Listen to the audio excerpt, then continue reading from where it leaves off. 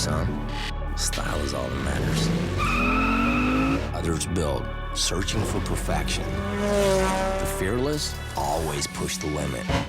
So I'm here at E3 2015 at the EA booth, and I'm here with Leanne, the producer on Need for Speed, to talk a little bit about the game.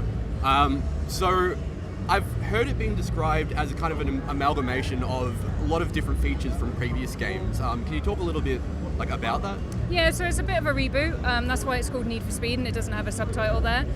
We've looked back at kind of the last 20 years and we've kind of said to our, what do our fans actually want from the Need for Speed game and what is really true to Need for Speed? Yeah. So then we've kind of mashed that all together and come up with Need for Speed. So it's all about narrative. Got a really strong, compelling story that's weaving into the experience. Yeah. Deep customization and 5 ways to play. They're really the key innovations. So can you talk a little bit about the 5 ways to play? What are they and how important they all are to succeeding in Need for Speed? Yeah, so basically the ultimate goal is to become an ultimate icon, right? And to do that you have to be a mastery in those 5 different areas, which are speed, style, build, crew and outlaw. They all have different forms of play and they all have a different icon as well, which was shown in the E3 press conference. Yeah. We're not saying who those icons are just yet, that will come in a couple of weeks, but they're all authentic, car culture people and they all have their own progression in the game as well. So. And those, keeping with the story theme, you've got actual people yeah. as part of the actual game. Yeah, so it's live action, and Yeah. then we seamlessly merge that with CG. We showed it in the trailer where there's the CG car, the Subaru there, Yeah. and then the live action. So if you're playing a Porsche, then that car will be a Porsche, right? That's going to be your car in the game, and then the live action is seamlessly intertwined into the game. So we're really excited about that because it's something quite fresh and Yeah. quite new, and the technology behind it is awesome as well. So. Can you talk a little bit about how the gameplay of the story works? Is it open world and you're just driving around finding random stuff, or how does that all come together? Yeah, so it's an open world. It's probably twice the size of Rivals, so it's quite big. Set in a sort of fictional Los Angeles called Ventura Bay, set at night time, kind of dusk till dawn. And there's events dotted around the world, but they're linked to the progression. There's 2 main mechanisms in the game. There's reputation, which I sort of touched on already, the 5 ways to play, Yep. and then there's fictional cash as well. So as you're going through the events, you'll earn reputation and you'll earn cash, and then you'll use that cash to purchase the customization items and build up your garage and build up your car. Cool. It's looking really good, and Yeah. as a fan of the Need for Speeds, especially around the kind of GameCube era, I'm really excited to see what Need for Speed has in store. Lastly, can you just say where and when we would be able to play it? Yep, so it comes out on 3rd of November in America and then 5th of November worldwide, and it's on PlayStation 4, Xbox One and PC. All right, thank you very much. Perfect, thank you.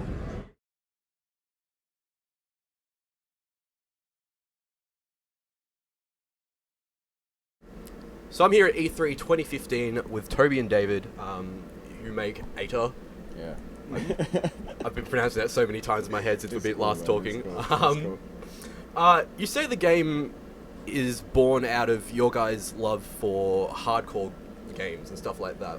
What does that actually mean? What does it mean when you say that kind of stuff? When we say hardcore games, I don't want to make this sound bad at all, but you had a Flappy Bird and things like that. Casual games are good, but we're not casual gamers. We want to make a game that even ourselves we get challenged on. We want to make a game that other people we know we get challenged on, and because we're hardcore gamers, we just like games that challenge you. If a game doesn't challenge you, it kind of gets boring really quick, for us anyway. So I guess that's what we mean by hardcore gaming, unless David wants to add. When we play Diablo, we only play hardcore mode. yeah, that sort of stuff. Yeah.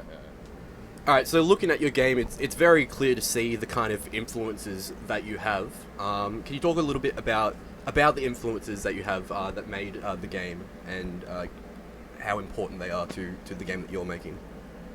Okay. Well, one of the main influences, which everybody's kind of really, it's kind of obvious, is Dark Souls and Bloodborne. Another one that is pretty much not that obvious is Diablo, and also Path of Exile, and Zelda, and Street Fighter, and loads of other games.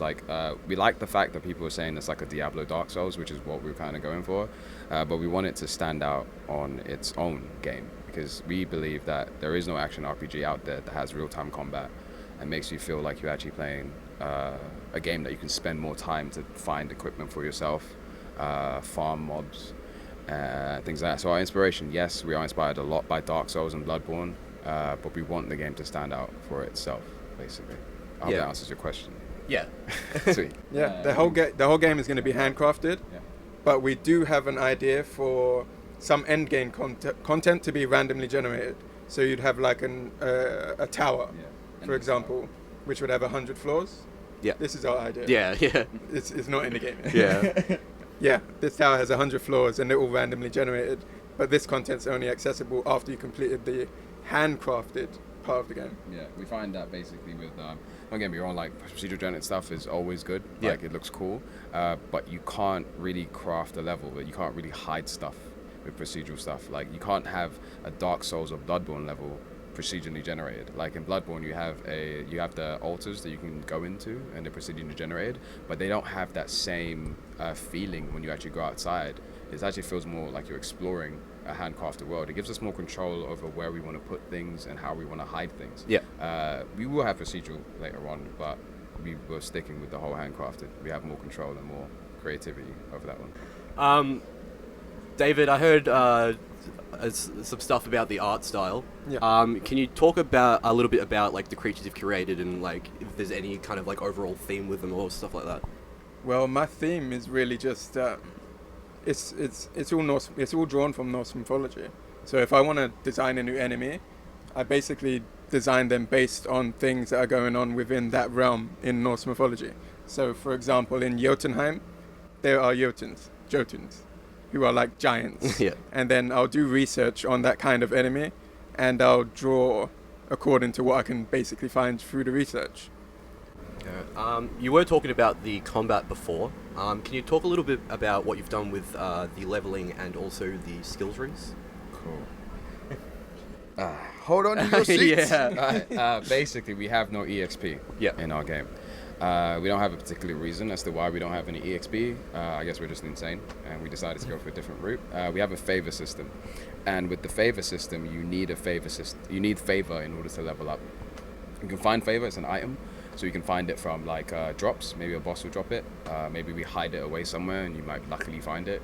And when you get favor, you spend it to gain stats to level up, and and basically what we're thinking of doing is with the favor, you have two choices. You can spend it or you can keep it.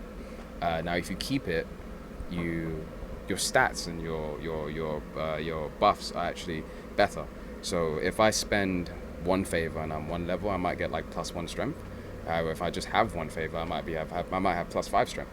So holding favor is actually beneficial for you. However, if you die, because we have a penalty system at the end, when you die, there's a there's a random penalty that you can get. Yep. There's a chance you could lose all that favor. So if you're kind of a risky player and you're walking around with like 99 favor, you're like really strong.